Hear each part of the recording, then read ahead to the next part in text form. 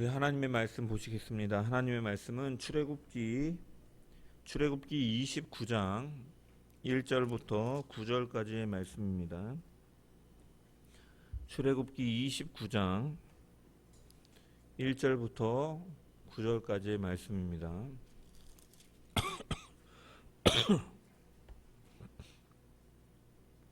출애굽기 29장 1절에서 9절 말씀.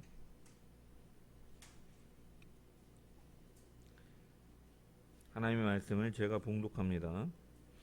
내가 그들에게 나를 섬길 제사장 직분을 위임하여 그들을 거룩하게 할 일은 이러하니 곧 어린 수소 하나와 흠없는 수양 둘을 택하고 무교병과 기름 섞인 무교 과자와 기름 바른 무교 전병을 모두 고운 밀가루로 만들고 그것들을 한 광주리에 담고 그것을 광주리에 담은 채 그 송아지와 두 양과 함께 가져오라. 너는 아론과 그의 아들들을 회막문으로 데려다가 물로 씻기고 의복을 가져다가 아론에게 속옷과 에봇 받침 겉옷과 에봇을 입히고 흉패를 달고 에봇에 정교하게 짠 띠를 띠게 하고 그의 머리에 관을 씌우고 그의 위에 거룩한 패를 더하고 관유를 가져다가 그의 머리에 부어 바르고 그의 아들들을 데려다가 그들에게 속옷을 입히고 아론과 그의 아들들에게 띠를 띠우며 관을 씌워 그들에게 제사장의 직분을 맡겨 영원한 규례가 되게 하라. 너는 이같이 아론과 그의 아들들에게 위임하여 거룩하게 할지니라. 아멘. 말씀을 통한 주의 은혜와 평강이 모인 모든 자들 가운데 넘치기를 축원합니다. 우리가 지난주에는 28장을 가지고 제사장의 의복에 대해서 살펴보았습니다. 하나님께서는 이 제사장들이 입을 옷을 가리켜서 거룩한 옷이라 말씀하셨습니다. 하나님은 거룩하시기에 죄로 인해 불의하고 타락한 인간은 하나님께 나아갈 수 없고 하나님을 가까이 할 수 없는 그 분이시죠. 이것은 하나님을 섬길 제사장들에게도 해당되는 것이었습니다. 그래서 하나님께서는 특별한 은혜를 베푸셔서 하나님께로 나아가 섬길 수 있도록 허락하신 것이죠. 그런 이유로 하나님께서는 이 제사장의 의복을 거룩한 옷이라고 말씀하신 것입니다. 오늘날 성도들도 하나님께 나아가기 위해서는 그 은혜의 거룩한 옷이 필요한 것이고 그 의의 옷은 바로 우리를 위해 죽으시고 다시 사신 예수 그리스도를 가리키는 것이죠. 따라서 대제사장의 의복은 예수 그리스도를 예표하는 것으로 여러 가지 의미가 있음을 살펴보았습니다. 반포 속옷, 곧 세마포 옷은 흠없으신 예수 그리스도의 의를 상징하는 것이고 또한 대제사장 에봇의 어깨끈에 달린 호마노 2개에는 이스라엘의 12지파의 이름이 6개씩 새겨져 있음을 통해서 예수 그리스도 그분께서 우리를 어깨에 메고 하나님 앞으로 가심을 의미하는 것이고 그분께서 이처럼 우리를 이끌고 가심을 통해 우리의 구원을 보장하시는 것임을 우리는 살펴보았던 것이죠.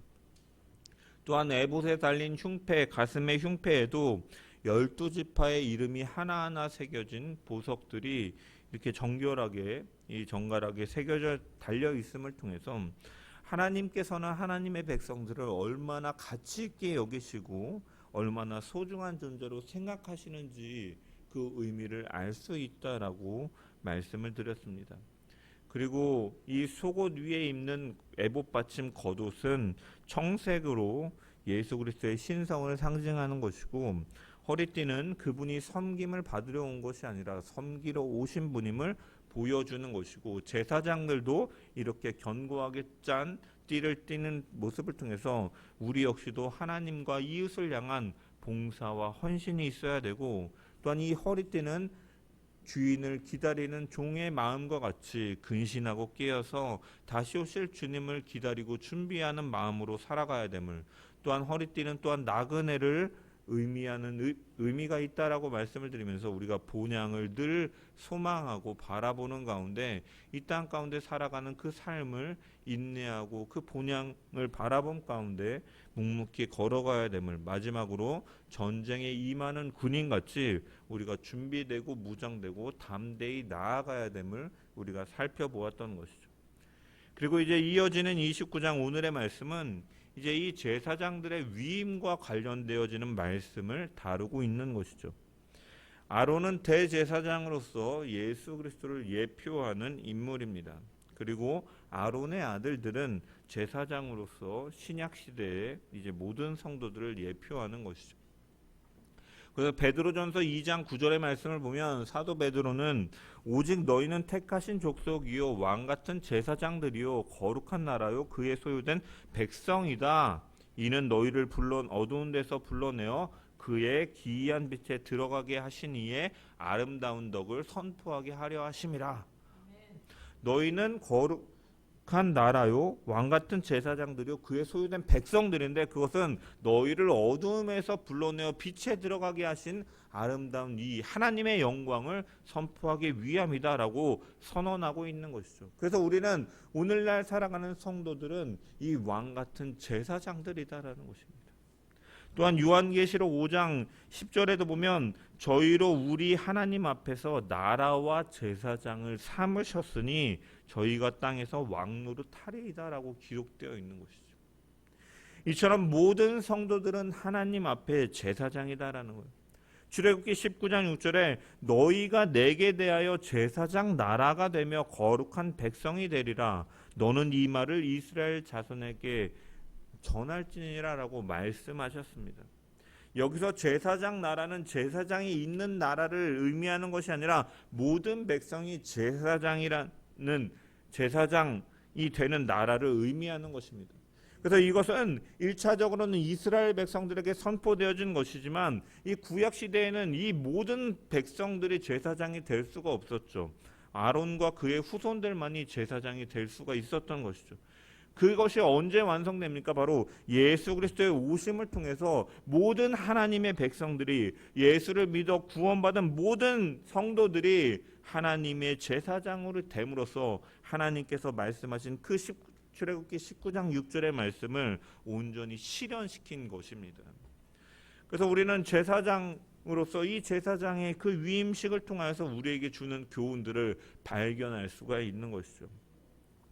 오늘 이 제사장 직분의 위임과 관련된 말씀을 살펴보면 이 왕같은 제사장 된 성도들에게 주신 은혜가 무엇인가를 우리가 발견할 수 있다는 것입니다.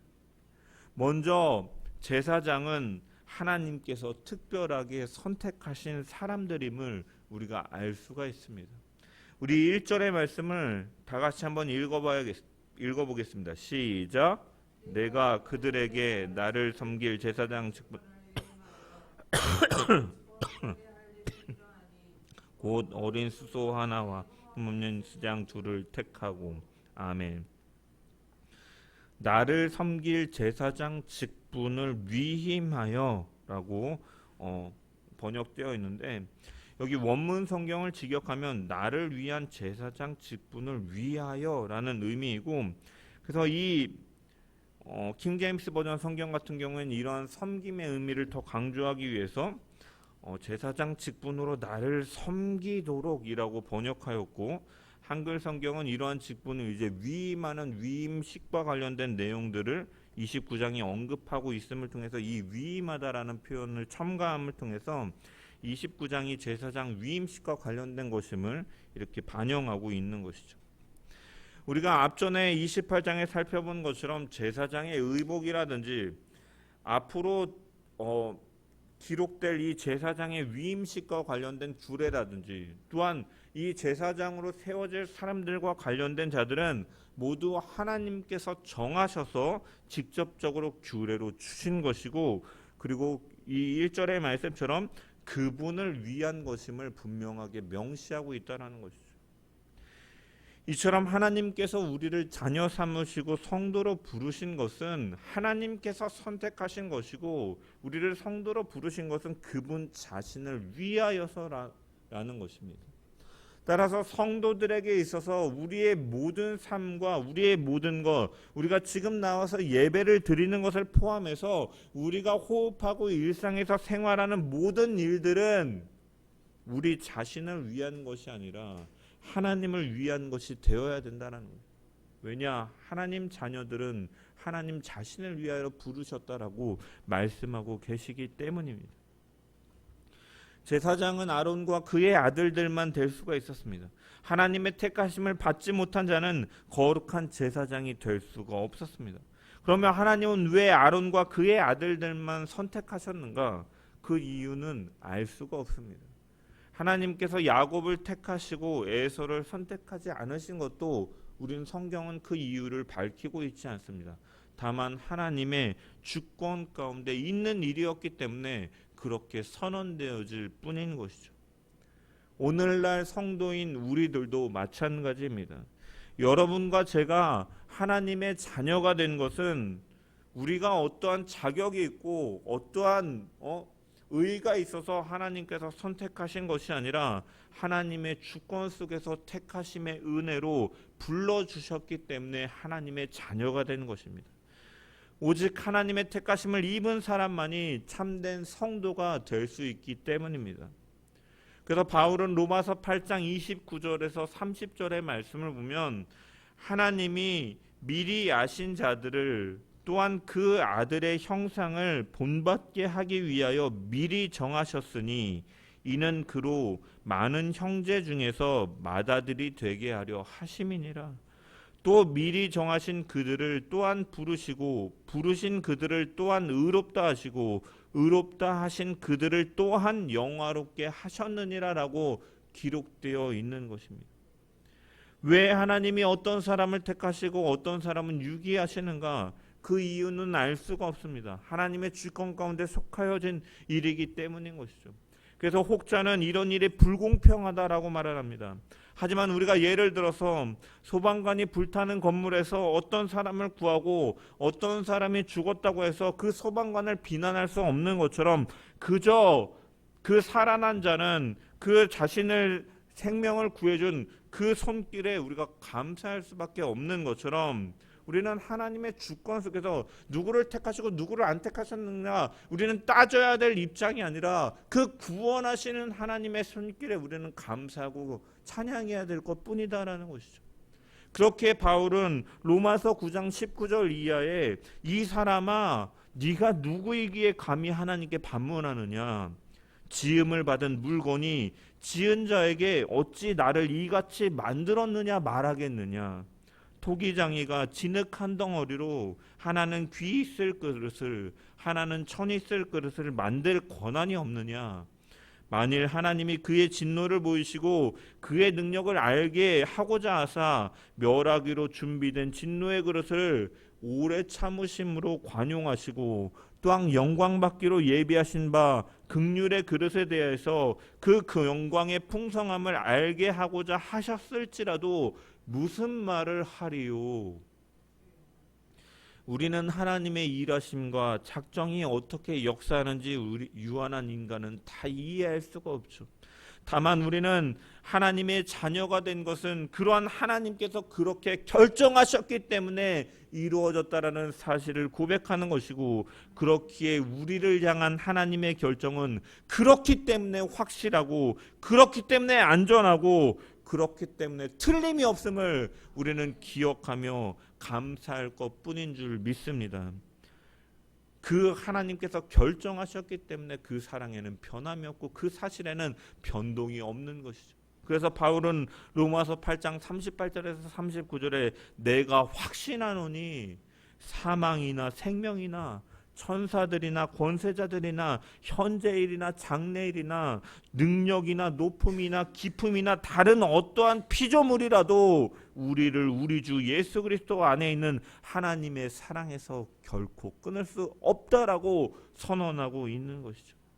이처럼 하나님께서 정하셨기에 우리의 구원은 보장되어 있는 것이고 안전하고 확실한 것임을 기억하면서 늘 감사와 찬송으로 살아가는 저와 여러분 되기를 주님의 이름으로 간절히 축원합니다.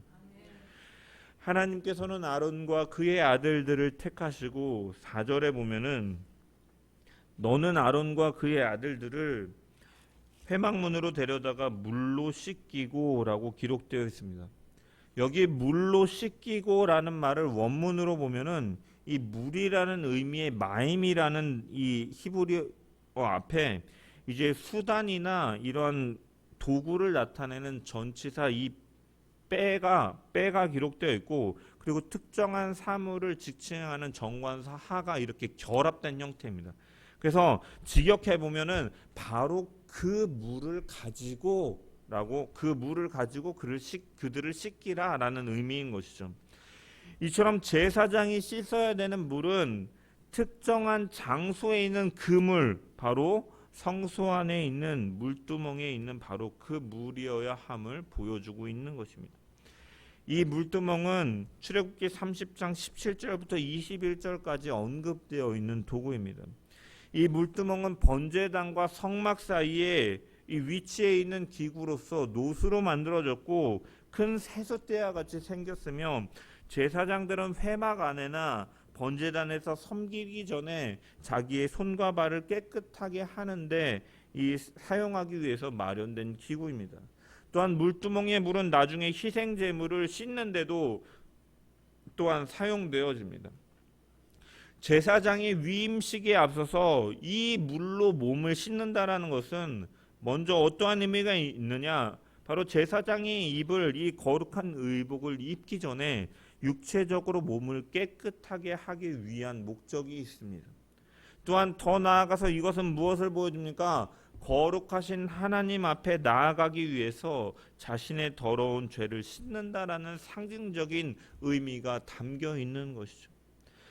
마찬가지로 제사장된 성도들은 이 하나님을 섬기기 위해서 날마다 우리의 죄를 씻어야 되고, 우리의 죄를 씻는 것은 바로 예수 그리스도의 피와 하나님의 말씀으로 가능함을 우리는 성경을 통해 볼 수가 있는 것이죠. 스가랴 13장 1절에 보면 선지자는 그날의 죄와 더러움을 씻는 셈이 다윗의 족속과 예루살렘 주민을 위하여 열리리라 라고 예언하였습니다. 메시아가 오시고 참된 회복이 일어날 때 죄를 씻는 셈이 열리게 될 것이다 라고 말씀하신 것이죠. 그래서 예수 그리스도의 그 피가 믿는 모든 사람들의 죄를 씻어주는 셈이 되는 것입니다. 성도는 이 예수 그리스도의 피를 의지함을 통해서 날마다 정결해지고 또한 정결해져 가는 존재들인 것이죠. 우리는 옛사람의 습성과 우리의 연약함으로 인해서 삶 가운데 더러워지기도 하는 것이죠. 그래서 예수님께서는 십자가를 지시기에 앞서 제자들의 발을 씻기실 때, 이 발을 씻기시니까 베드로가 그러면 주님 저는 손도 씻겨주시고 머리도 씻겨주십시오라고 요청하는 베드로를 향해서 예수께서 이르시되 이미 목욕한 자는 발밖에 씻을 필요가 없느니라, 온몸이 깨끗하니라, 너희가 다 깨끗하나 다는 아니니라, 이렇게 말씀하시는 것이죠. 그래서 우리는 날마다 이 보혈의 능력을 의지하며 주님의 이름으로 우리는 회개하고 통회하고 자복하고 나아갈 때 주님은 그 보혈의 능력으로 우리를 정케하여 주시는 것이죠. 그래서 바울은 고린도 교회 성도들을 향해서 고린도후서 7장 1절에 보면 그런즉 사랑하는 자들아, 이 약속을 가진 우리는 하나님을 두려워하는 가운데서 거룩함을 온전히 이루어 육과 영의 온갖 더러운 것에서 자신을 깨끗하게 하자, 날마다 또한 깨끗해져야 됨을 권면하였던 것이죠. 또한 그리고 이 깨끗하게 하는 것은 또 어떠한 것이 있느냐, 에베소서 5장 26절의 말씀 보면 이는 곧 물로 씻어 말씀으로 깨끗하게 하사 거룩하게 하시고라고 바울은 말씀하고 있는 거죠. 이 성경은 말씀하고 있는 거죠. 즉 하나님의 말씀은 우리를 깨끗게 한다라는 것이죠.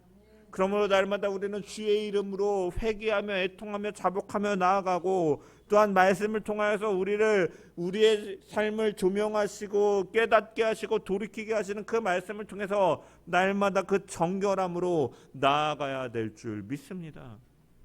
성도는 제사장으로서 늘 하나님을 섬기기 위하여 그렇게 정결해져야 되고 또한 깨끗해져야 되는 존재들인 것이죠. 그렇기에 우리는 늘 기도하고 늘 말씀을 가까이 함으로 우리는 늘 준비되어진 제사장의 모습으로 살아가야 될 줄 믿습니다. 또한 성도는 하나님께서 준비해 주신 의복을 입는 사람들입니다. 오늘 본문 5절에서 6절에 보면 이렇게 기록되어 있죠. 의복을 가져다가 아론에게 속옷과 에봇 받침 겉옷과 에복을 입히고 흉패를 달고 에봇에 정교하게 짠 띠를 띠게 하고 그의 머리에 관을 씌우고 그 위에 거룩한 패를 더하라. 하나님께서는 이 제사장들에게 특별한 옷을 입히라고 명하고 계시죠. 그리고 그 제사장들이 입는 옷은 바로 앞장에 우리가 28장에 살펴보았던 것을 간단하게 요약하고 있는 것입니다. 우리가 지난주에 말씀을 통해 살펴보고 또한 그림을 통해 보았던 것처럼 제사장들의 옷은 세마포로 된 속옷과 그 위에 이 청색의 겉옷을 입었고 다음으로 앞치마처럼 생긴 에봇을 입었으며 에봇에는 이 두 개의 띠가 달려 있었고 에봇의 가운데는 이 흉패에 이 각 지파의 이름이 달린 12개의 보석이 달려 있었으며 그 안에는 우림과 둠밈이라는 이러한 그 판결하는 그러한 도구들도 가지고 있었고 머리에 관을 쓰고 그 위에 패를 이마에 댄 다음에 여호와께 성결이라는 그 쓴 패를 다는 것이 바로 제사장의 복장인 것이죠. 그래서 우리가 의복의 의미에 대해서는 이미 지난주에 살펴보았기 때문에 여러분 이 이마에 여호와께 성결이라는 패는 여호와를 향한 하나님을 향한 이 제사장의 마음이 어떠한 상태여야 됨을 보여주는 것이죠. 하나님의 존전 앞에 있는 제사장들은 오직 여호와만을 바라보고 그 앞에서 우리는 온전한 모습으로 나아가야 된다라는 것입니다. 어떠한 잡념에 사로잡힌다든지 분주함 가운데 근심 걱정 가운데 한쪽은 세상에 한쪽은 주님을 바라보는 것이 아니라 온전한 마음으로 주님을 바라보고 그분만을 경배해야 된다라는 의미인 것이죠. 그러나 여러분 그 패를 붙였다고 해서 정말 제사장이 아무런 딴 생각도 안 들었겠습니까? 제사장도 인간인데 어떻게 하나님 앞에 완전할 수 있겠냐라는 것이죠.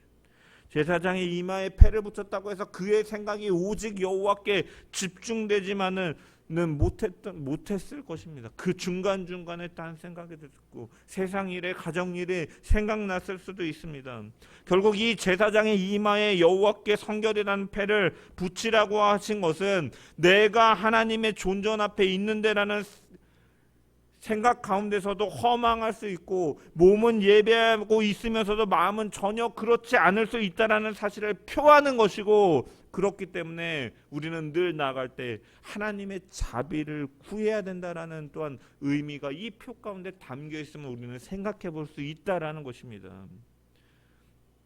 우리가 날마다 하나님의 백성으로 산다라고 고백하지만 하나님을 주인으로 모시고 그분의 명령대로 그분이 머리가 되시고 우리는 그 몸이 되어서 이 땅 가운데 살아가야 된다라고 우리는 끊임없이 고백하고 살려고 하지만 우리의 삶 가운데 너무나 많은 순간 우리는 여호와께 성결이 아니라 나를 위하여 내가 목적이 되어서 살아갈 때가 많이 있다라는 것이고 이러한 이마의 패를 통해서 우리는 나의 모든 행실과 나의 모든 생각이 여호와를 향한다라고 고백하지만 끊임없이 내가 나를 위해 살아가는 죄인임을 고백하면서 우리는 하나님 앞에 나아갈 때 자비를 구해야 되는 존재임을 우리는 깨달을 수가 있는 것입니다.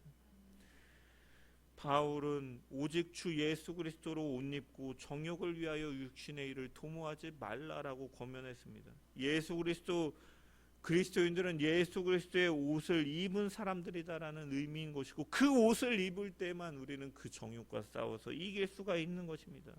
우리는 늘 주님 안에 주님을 바라보고 주님의 보혈과 주님에 대해 증거하는 말씀을 통하여서 끊임없이 우리는 그 죄와 그 정욕과 싸우며 온전히 예수 그리스도를 나타내며 살아가는 저와 여러분들이 되어야 될 줄 믿습니다.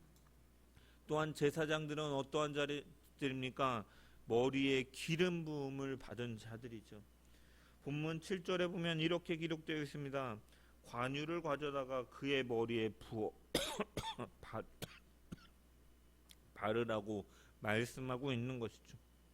제사장으로 위임받은 자들의 머리에 기름을 부으라라는 명령인 것입니다. 여기에 나오는 관유를 만드는 방법은 출애굽기 30장 22절에서 33절에 자세히 기록되어 있는데, 가치가 있는 모략과 육개와 창포와 계피 및 감람기름을 섞어서 제조한 것이 바로 이 관유입니다. 하나님은 이 모세에게 성막에 사용되는 모든 기구에 이 관유를 바르고, 또한 아론과 그 아들들에게도 바르고 그들의 옷에도 발라서 그들을 거룩하게 하고 제사장 직분을 행하도록 지시하신 것이죠. 그래서 시편 133편 2절에 보면 머리에 있는 보배로운 기름이 수염 곧 아론의 수염에 흘러서 그 옷깃까지 내림 같고라고 묘사하는 것이 이러한 의미 속에서 찬양되어지는 것이죠. 그 다음에 제사장을 세울 때 왜 기름을 부으라 명령하시는가? 우선 직접적인 이유는 그들을 구별하기 위해서인 것이죠. 실제로 구약에서는 왕이라든지 제사장이라든지 선지자들을 공식적으로 오피셜하게 세울 때 기름 붓는 의식을 하는 것입니다. 그래서 저들은 기름 부음을 통해서 공식적으로 선포되어지는 것이고, 공동체 안에서 구별되어지는 것이고, 그 권위가 인정되어지는 것이죠. 또한 다음으로는 기름을 붓는다라는 것은 어떠한 의미가 있습니까? 상징적인 의미로 성령의 부어주심을 뜻하는 것이죠. 실제로 성경에서 기름은 성령을 상징합니다. 대표적으로 이사야 61장 1절의 말씀을 보면 주 여호와의 영이 내게 내리셨나니 이는 여호와께서 내게 기름을 부으사 가난한 자에게 아름다운 소식을 전하게 하려 하심이라. 주의 종들에게 여호와의 영이 임하셔서 주의 사역을 감당하게 하셨다라는 이 비유적인 표현으로서 기름을 부으셨다라고 표현하고 있는 것이죠.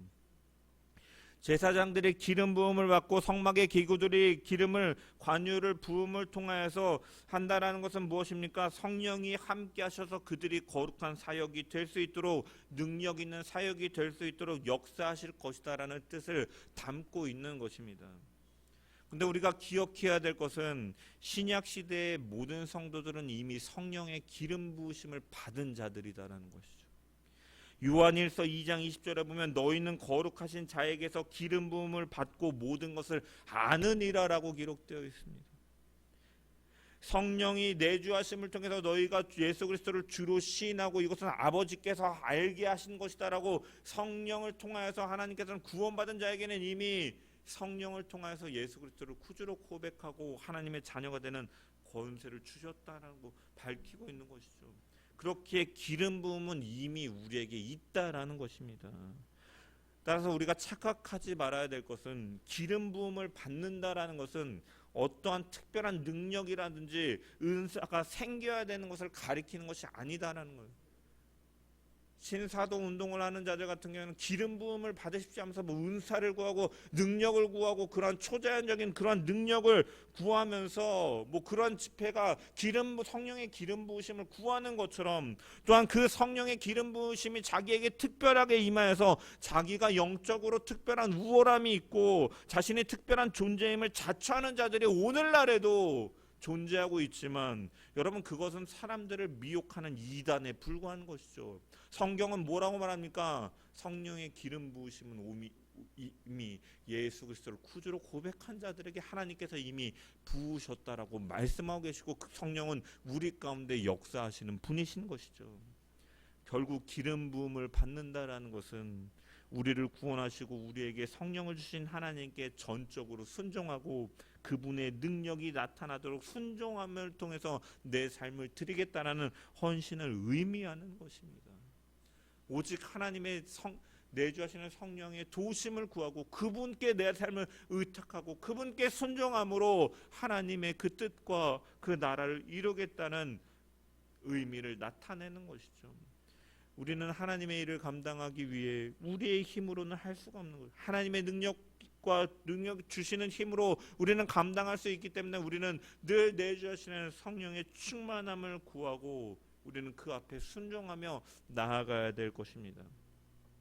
대표적으로 성령의 임하시고 역사하신 사도행전에 나타나는 오순절 성령 임재 사건을 보면 하나님께서는 그 하신 일들을 선명하게 드러내고 하나님 나라를 선포하시고 확장하기 위해서 그러한 표적과 은사들을 주신 것이죠.